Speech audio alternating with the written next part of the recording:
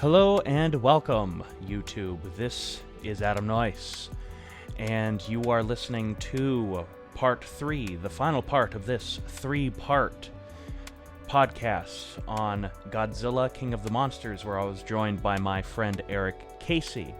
In this episode, we will be discussing the MUTOs, the technical aspects of the film, and our overall final thoughts on King of the Monsters.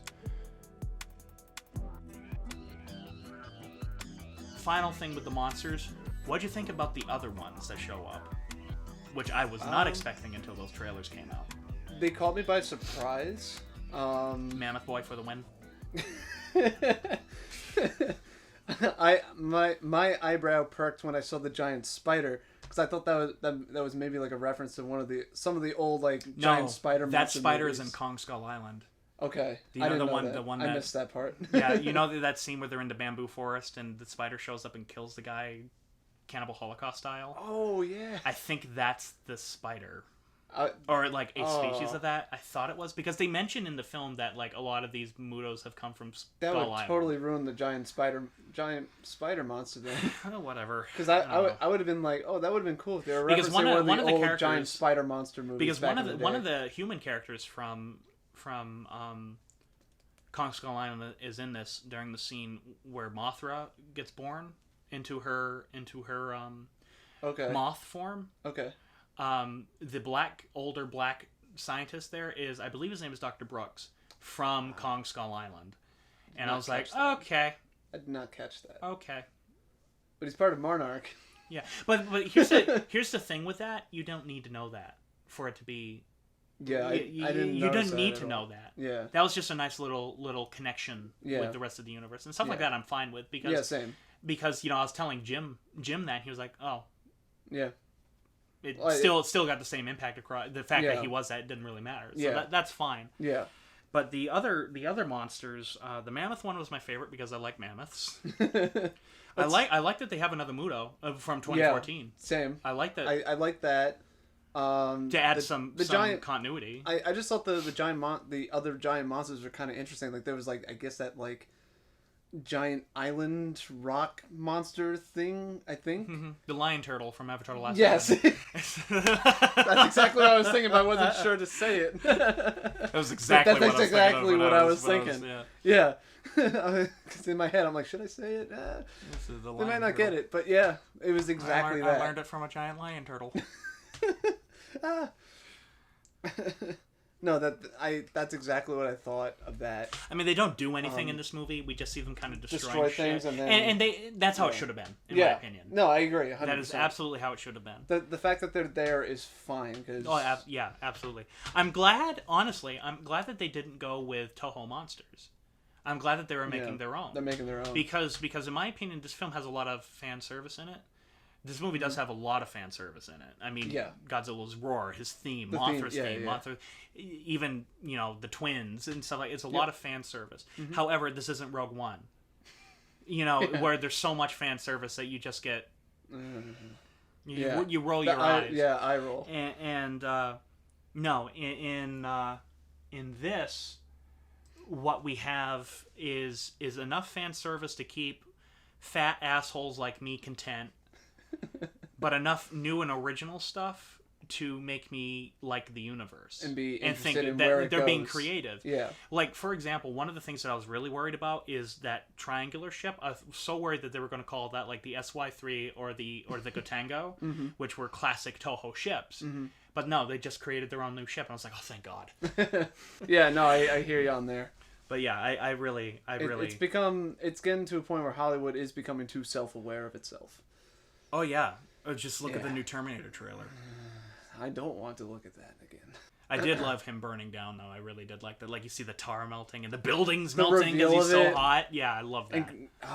I really like that. Also, did you catch that when he starts imploding for the first time? You see Mothra's wings come out of him. Energy versions of Mothra's wings coming out of him. I did not notice that. Yeah, I didn't notice that until my second viewing. I was like, oh! They even have Mothra's roar buried underneath his, which goes into the sound design. Okay. Very clever sound design. I missed that, but... Throw that to the list of why I love this movie so much. Yeah. I really like that. I was like, I getcha. See, I caught that movie. Movie's not as dumb as I originally thought. All right. So, fuck you, critics. yeah, the critics are wrong. However, I don't think the fangasming that's been happening is all right either. Because right now, like you go, I couldn't help it. I am a part. Well, I can't complain because I did that with 2014. I was like, I got to see Godzilla on the big screen. Holy shit!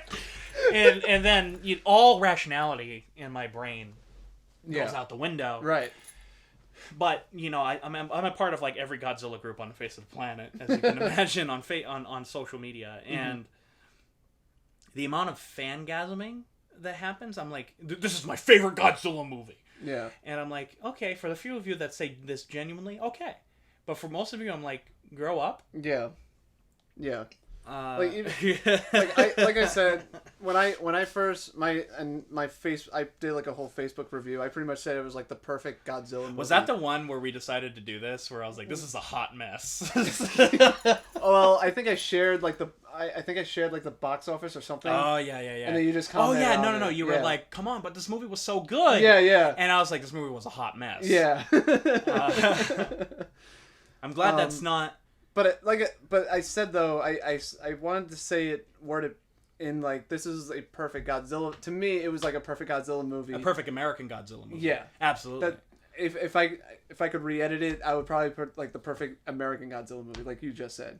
It may go a little bit too overboard, but it has good fan service, but also just good elements. There's just so much good in this movie. Fuck you, critics. You don't understand. Yeah, the critics, I was reading their reviews for it, and I didn't understand it. I was like, first you were complaining.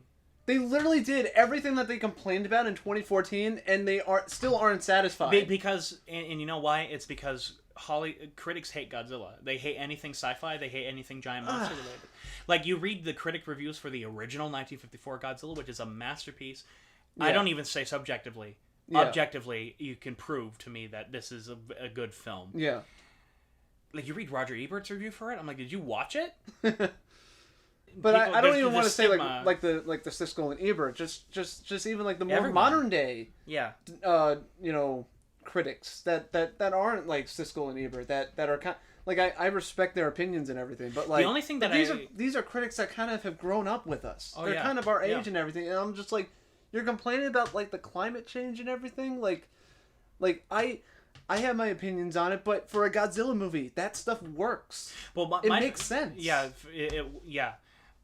which the environment plays a key role in this movie. Like I've been saying, part of the environment cycle. I'm not really plays a role. The fact that the tomato, the critic scores were piss poor, but the audience scores were really great. high. Yeah. To me, all I care about is the audience score. Does the general audience enjoy it? That's all I really give a shit about. Unless I'm specifically making a movie. I agree with you. But when the top critics, the ones that people go to that actually, to them that matters to them, to some people, I'm assuming, I don't know, but to my knowledge, the top critics, they matter.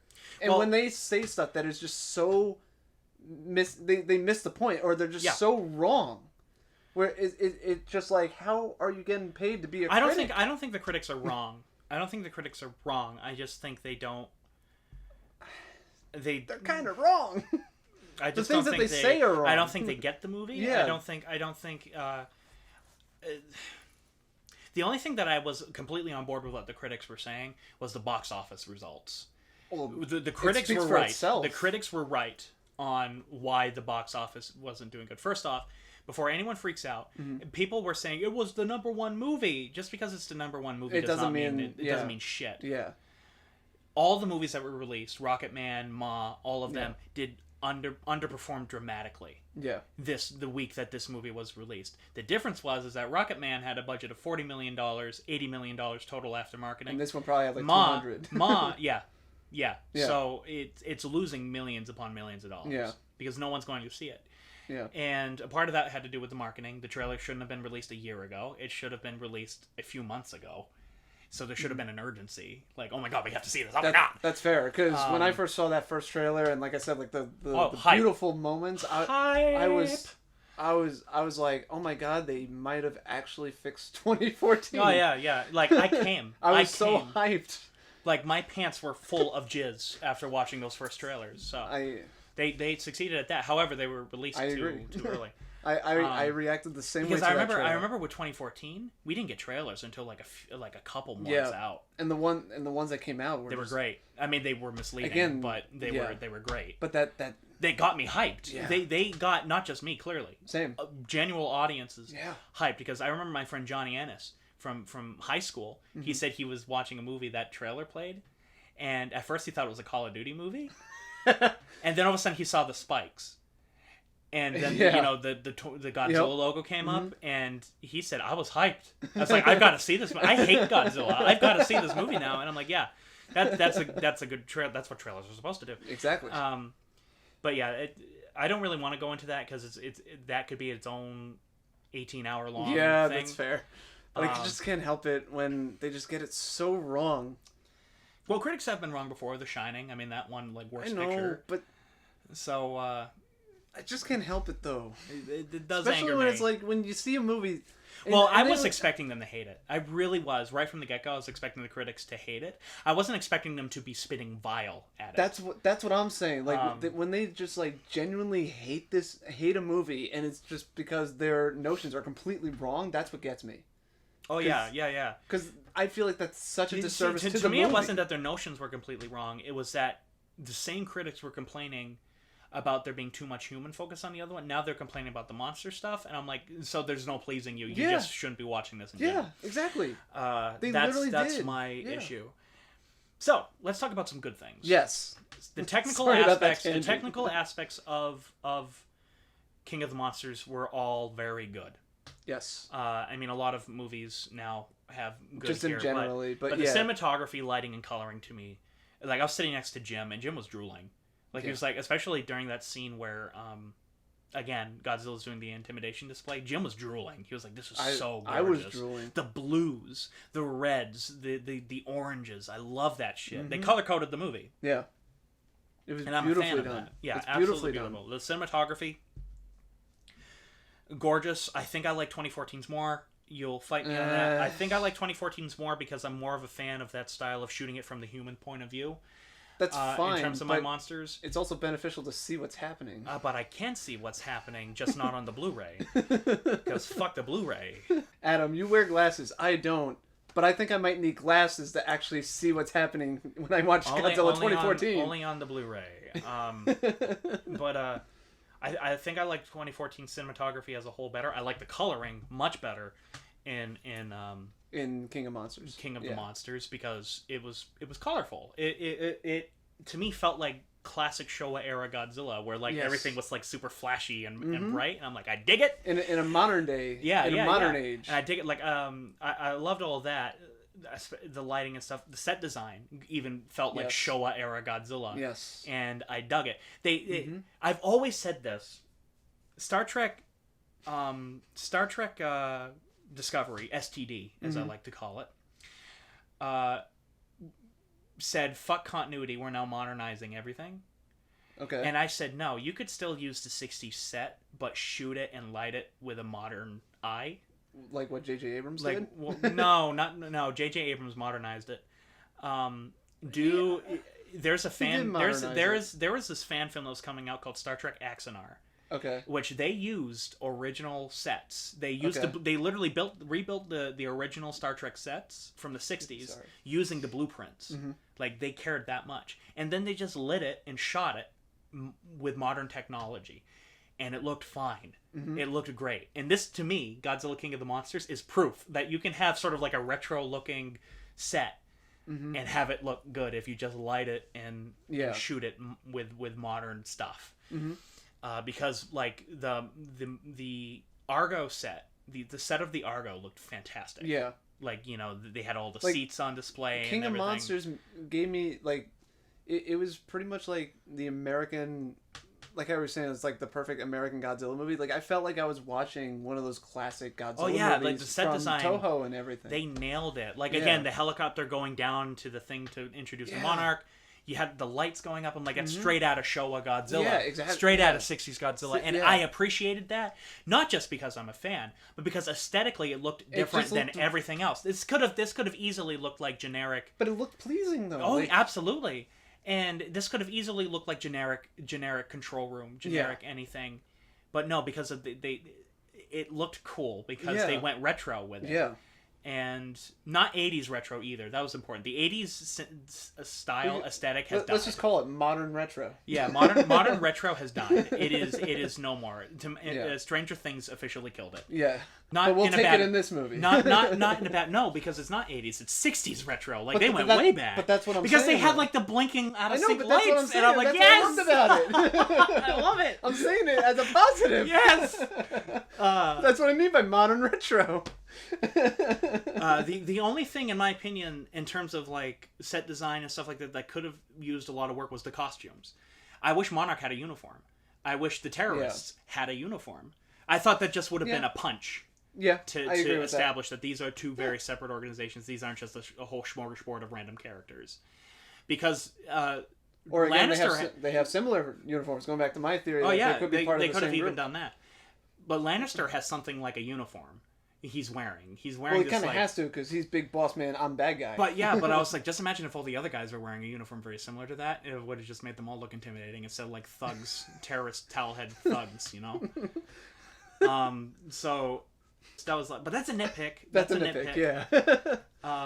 But the set design was great. Now let's talk about that audio sound design that we alluded to beforehand. It's so great. I'm gonna say this: CG. The toughest thing with CG is making something look heavy.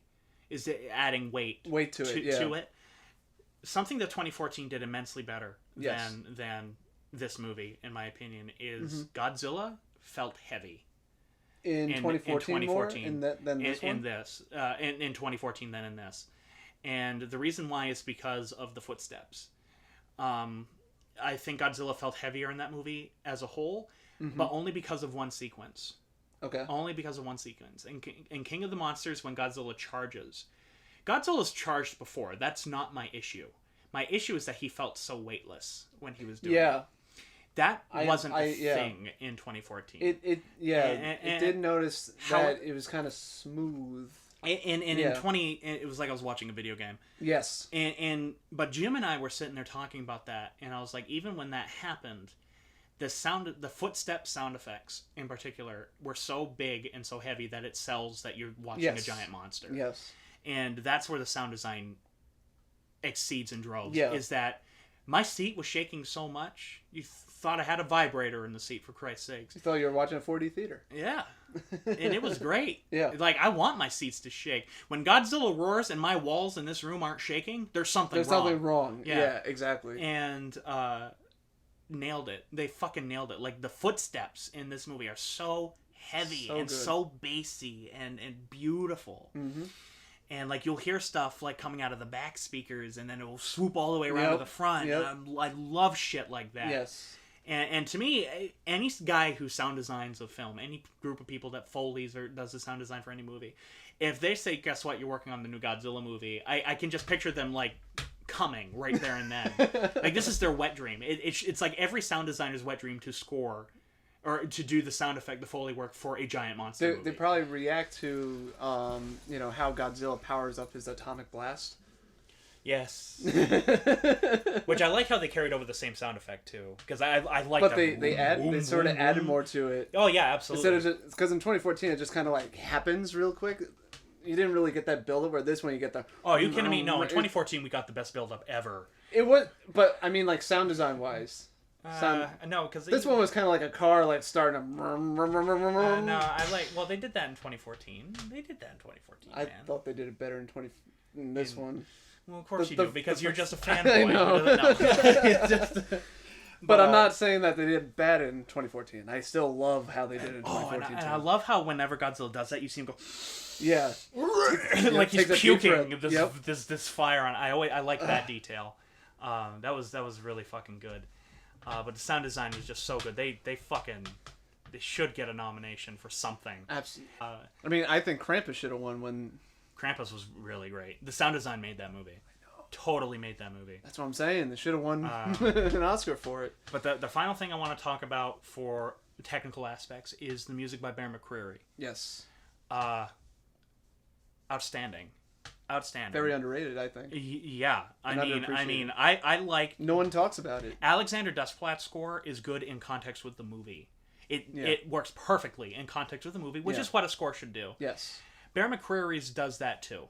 It's not like Pacific Rim. Pacific Rim, I got the soundtrack and dug the soundtrack before I watched the movie. I mean, the freaking guitar riff, man. It's like I could blare that and just jam out to it. That's fair. You can't really do that with a particular bit of music from this film. Godzilla, but yeah. I mean, of course, you have the theme, but that's not by Bear McCreary. That's by Akira Ifukube. But I'll take it. Oh boy, when I heard that, when Jim heard that, he pointed to me as like, "Are you happy?" And I'm like, "You're damn right, I'm happy." My friends and I were. My friends would see me get all giddy during those like Godzilla references moments. Yeah. And they just recreated it so well. Oh well, they updated it. And they did right. So I'm not saying it didn't sound bad. Like, it sounded I great. I felt like I was getting wrapped in a blanket. Believe of it or not, nostalgia. because I knew that they were going to do the Godzilla theme. I knew that they were going to do it. It was the Mothra one that took me aback the most because it worked so well. Like when Mothra first gets born and it's like slowly building up, and I'm like, this fucking yes.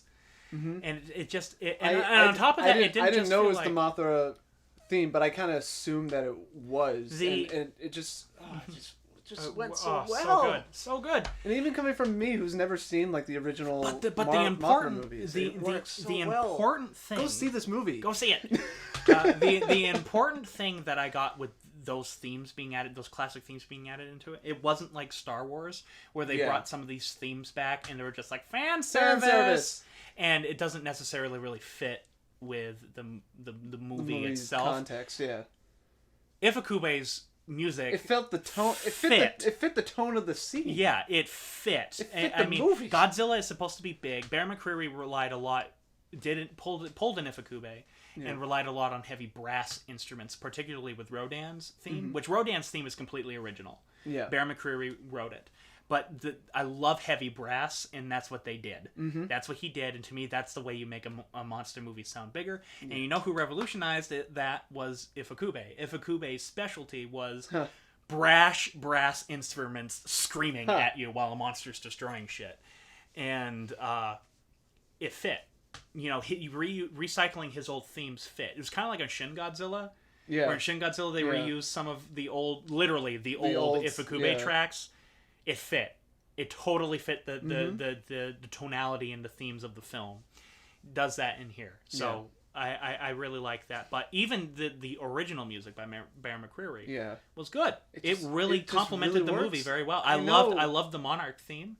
The Monarch theme, I love the Monarch March, I should say. I really liked Outpost 32, which is where Monster Zero is, which is a nice reference. That theme I thought was great. The part where the mom, the dad, and the daughter are putting together the orca. And you know, you have that music playing there, and then you have that music where Godzilla's getting dropped, and the music just swells and it's huge. That was great. You don't even hear it; it just goes silent. You just hear the score. Yeah, you just hear the score, and I fucking loved that. Or sometimes even the lack of sound design is great, like when the atomic bomb goes off and suddenly everything goes quiet. Yeah, I love that trope. Yep, I love that trope where something is so big it doesn't cause any sound. Yeah, it just goes away. I loved that. Totally on board with that. Same. Really liked it. So, Eric. Yes. Your final thoughts on Godzilla King of the Monsters. Well, I agree with you where there are issues and there are elements that can be, added to or built upon. It can grow, but that's one of the things that I think why I defend this movie as strongly as I do. Because, like I said, at the as I alluded to in somewhere while we were in our discussion, that I can defend a movie when I could see, some potential in it where it can grow, and if it continues, they may be able to, grow those elements further as they continue. And there was just so much good in this movie that, like I said, it literally all the issues that 2014 had, this movie fixes a lot of it. And it only, like I said, it has potential to grow as well. So it's the perfect American Godzilla movie. And you should go see it. It's so sad that it's not doing well in the box office. That I can agree with you on. That it does make me feel very sad that this movie is. It's a 10 out of 10 American Godzilla movie.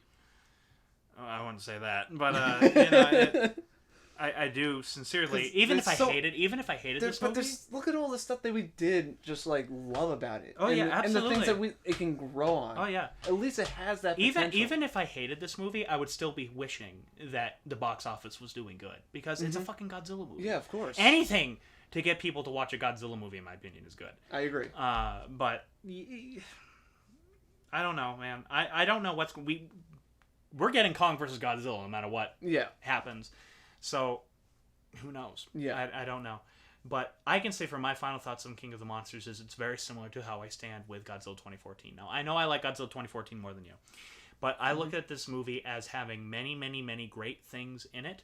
Many, many, many potentials, a lot of potential wasted. And for everything good that it does, for every, two things that this movie does good, there's one thing that kind of irks me. And that's my opinion of Godzilla 2014 in a nutshell. And these are final thoughts, man. You had 2 hours to fight me. But the thing is, with Godzilla 2014 is that the elements that they got so bad just drags the movie down. See, I disagree. I don't think there's anything in that movie. I don't think there's Cranston dying. I don't think there's anything in that movie in 2014 that I can say is really absolutely terrible or that was bad. In this movie, there is one thing that I can say is really bad, and that is the entire plot of the terrorists. I think that is just bad and lazy writing. So, but on the other hand, this movie has more good in it than 2014. So I look at it very similar to 2014. Really liked it. Really enjoyed it. Has some major issues. Mm-hmm. Has several major issues. In fact, so many that I'm starting a new show called Adam Remakes. And it's me looking through classic movies, classic movies, or just movies in general, and saying, what would I have done if that script landed on my table? What would I have done to change it? But that's the entire crux of the podcast. Because I did one for Gargo, the British Godzilla, and people liked that. So I'm going to do it. Because I like things. No, you don't. Don't lie to your audience, Adam. I like things. No, you don't. You hate everything. That's why you make a podcast about Godzilla movies, because you secretly hate them. No. To a T. You hate them. That's why we can't agree that 2014 was bad and this was good. 2014 was good. You shut the fuck up. You're wrong. Alrighty then. So. And any predictions about King Kong 2020? Wow, you read my mind. Yeah, man. It's like written down or something. Yeah. Well, my prediction is I guess my joke prediction was possibly correct now, where Godzilla's just pissed at Kong because he didn't take the fucking knee because Kong's an asshole. But I feel like I think Kong is going to be the definition of chaotic neutral in the next movie, which I'm okay with. I'm okay with that too. Yeah, so like Kong's just doing his own thing and he's going to piss somebody off for some reason, and then that's when Godzilla comes in, and then they fight, or then they fuck, whatever comes first. Yeah. And then we'll probably get like if a they reference. fuck, that would be an interesting movie. That'd be an interesting movie. I'll say that. That completely threw me for a loop. Just cuts to hardcore Godzilla fucking Kong. You didn't take the knee, so now you... Holy shit. That's what you get when you don't take the knee to Godzilla. Full frontal nudity, everything. Yeah. upload onto Pornhub. But Oh, there is. There is. I found it. Adam, put that away. We're supposed to be talking about predictions of Kong versus Godzilla. Not actually looking it up. Come on, man. But and then at the very end, I think they'll probably do like a reference to the end credits to this movie, which is, I guess, implying Mecha King Ghidorah or whatever the terrorists have got planned, which I think is they're gonna integrate like technology into creating some kind of weird monster. Yeah. Which I'm hoping for, because I think Kong versus Godzilla is going to be basically Batman v Superman. Yeah. In terms of structure, I mean, it's going to be they fight. A bigger problem arises. They must team up to fight the bigger problem, and I think that's going to be Kong versus Godzilla, because Hollywood doesn't like to take sides. They like to try to appease everybody. And I don't think they would dare say Godzilla is going to win, Kong is going to win. I don't think they have the balls to do that. So I think a bigger threat's going to happen. My original prediction was it was going to be Destroyer because of the Oxygen Destroyer. But now I think it's going to be somehow King Ghidorah related. Because of that end credit sequence. In fact, maybe that's what the end credits to King of Monsters is referencing, that they're going to fight, and then Mecha King Ghidorah is going to show up during Godzilla vs. King Kong. But there is one thing that the bad box office is definitely confirming for Kong vs. Godzilla, and that is going to be the final movie in the monster universe. For good and for bad. Because I would rather have a movie series be short and good or decent than go on for so long it gets stupid. Like most of the Godzilla series. Like what Marvel's doing right now? Yeah. I'm like Endgame happened. Just end it. No. Money. I'm like, fuck off. I don't care anymore. But Spider-Man Far From Home. Spider-Man, I just want to fuck you. That's all I care about. Who, Spider-Man or Tom Holland? Tom Holland. Not Spider-Man, because he's still underage. Tom Holland is not underage. But, no, that's... Yeah, I'm the bad box office performance of this has pretty much killed, I think, any ideas. Could Godzilla versus Kong revive it, though? I don't think so. I just think because this movie did so bad that yeah. Even if Kong versus Godzilla does good, it'd just be eating the costs of this that they lost for this. So it's Kong versus Godzilla is going to be the end. And I'm okay with that. Though I just hope that we get a definitive ending, and I doubt that. But, whatever. I'm looking forward to it because, it's Kong versus Godzilla. I would say, I would hope that they would try to muster one more after... Because this movie's been in production... 5 years, yeah. Yeah, for a while. Well, they were working on... Kong versus Godzilla and King of the Monsters were basically being made simultaneously by two different crews. Oh, that makes my thing even worse, because I'm like, if that's the case, then I definitely want them to try to muster up one more movie to kind of just put the nail in the coffin. Because if they were making it simultaneously, then I don't think Kong versus Godzilla will be the final movie, because they'll be setting up to something afterwards, and then I think they have to I don't know. Next one they might reshoot the ending. I don't know what they're going to do, but die Hollywood. Or do a better job when you reboot this again. Or just let the Japanese do it, because they seem to know what they're doing. Or have them fucking make it and actually bring it overseas. Dude, what if we make like a $90 million... Because to me, a Godzilla movie shouldn't have a budget over $90 million. To me. I'm like, to me, the there's just not enough. Have you paid attention to American Hollywood? Well, I know. I have been paying attention. They seem like they can't make a movie over $90 million. But I'm saying, if this movie, to me, if this movie had a smaller budget, that's where like more creativity would come out with, like, okay, how do we show the monster enough? How do we do this? How do we do this? How do we get around this? Mm-hmm. You get a lot more creativity, just like what the Japanese do. And that's one reason why they made a lot of decisions that they did, which turned into tropes. Is because of the lack of money. But that's and one reason why the Japanese movies were able to get so much character out of their monsters is because they were men in suits. Why were they men in suits? Because they didn't have the budget to do anything else. Yeah, no, I hear you. I hear you, because like to me, a Godzilla movie over $90-100 million the budget's too high. Yeah. I can agree with that. Because if Hideaki Anno and Shinji Higuchi were able to make Shin Godzilla for only $15 million and made it look that good, yeah. What are you doing? What's America? our excuse? Yeah. You know, and yeah. That's what I don't understand why Hollywood is just in this mindset that like they're incapable. Puke money into it. Yeah. And it doesn't make any sense. Don't do that. It's like you're putting all your eggs into a couple movies. A couple movies, yeah. Hoping that one. Well, they put all their eggs into a couple movies, hoping that one of them reaches $1 billion. Yeah. And that's going to really bite them in the ass.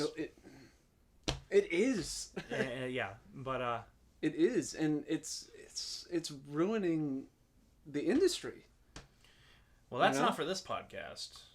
This podcast is just on King of the Monsters, dude. But let's talk about the King of the Hollywood movies. Oh, Harvey Weinstein? Well, just Hollywood and how they're just incompetent, thinking that $1 billion expectations. That's so stupid. That is such a stupid mentality. I'm like, no, aim for like 500 million. Aim for 400 million. Yeah. Aim smaller. Do Blumhouse. Yeah. Freaking Blumhouse is a genius. Which makes me angry that they canceled Swamp Thing, by the way. Because I was like, they didn't even give it a chance. They didn't even give it a chance. I partially understand why. It's because no one was signing up for the subscribe thing, and so they were losing a lot of money. Yeah. But a part of me was like, you have so many subscribers on YouTube. Make 30-minute episodes, put two monetized breaks in it. Yeah. You'd be making your money back in no time at all. Yeah. You'd be making like $50,000 to $60,000 per episode. Yeah. No problem at all. Yeah. Come on. You can do it. Well, thank Anyway. you. Thank you, Eric, for joining me on this journey. No, I appreciate the invite, man. This was a lot of fun. I had fun talking about Godzilla. I was finally able to vent about Godzilla, both for good and for bad. Mm-hmm. So thank you very much for joining me. Thank you for the invite. I hope you join me. Yeah, I hope you join me again. I would love to have you on. I hope your audience enjoyed my company as well. Probably not. They hate everything. Oh, okay. That sounds about right. Yeah. Well. All right. Thank you, everybody, for listening. Joining me was Eric. What's your last name? Casey? Eric Casey. Nice intro. I was joined by Eric Casey, my good friend and fellow You hated me that much, huh? Secretly? Filmmaker. I don't hate you at all. I just want to kill you. That means I love you secretly. You have 3 I've times. Killed you 3 times, in which I cut out 2 of them. As long as one of them makes it. Go on Facebook, like AN Productions. Follow us on Twitter. Follow us on... links are fucking in the description below, alright? You know the drill. eRockstar5 on Twitter and Dreammaker Productions on YouTube. Hell yeah. Hell yeah. And in the end, this is Adam Noyce of AN Productions saying sayonara, and thanks for listening to this journey. Vamonos. This concludes the final part of this Godzilla King of the Monsters podcast. If you'd like to see part 1 and 2, you could listen to them. They are right here on YouTube for your enjoyment. I thank you very much for listening. For those who have been here the entire time or have just listened to a specific part, doesn't really matter. I thank you very much for joining Eric and I on this discussion. In the end, this is Adam Noyce of AN Productions saying sayonara.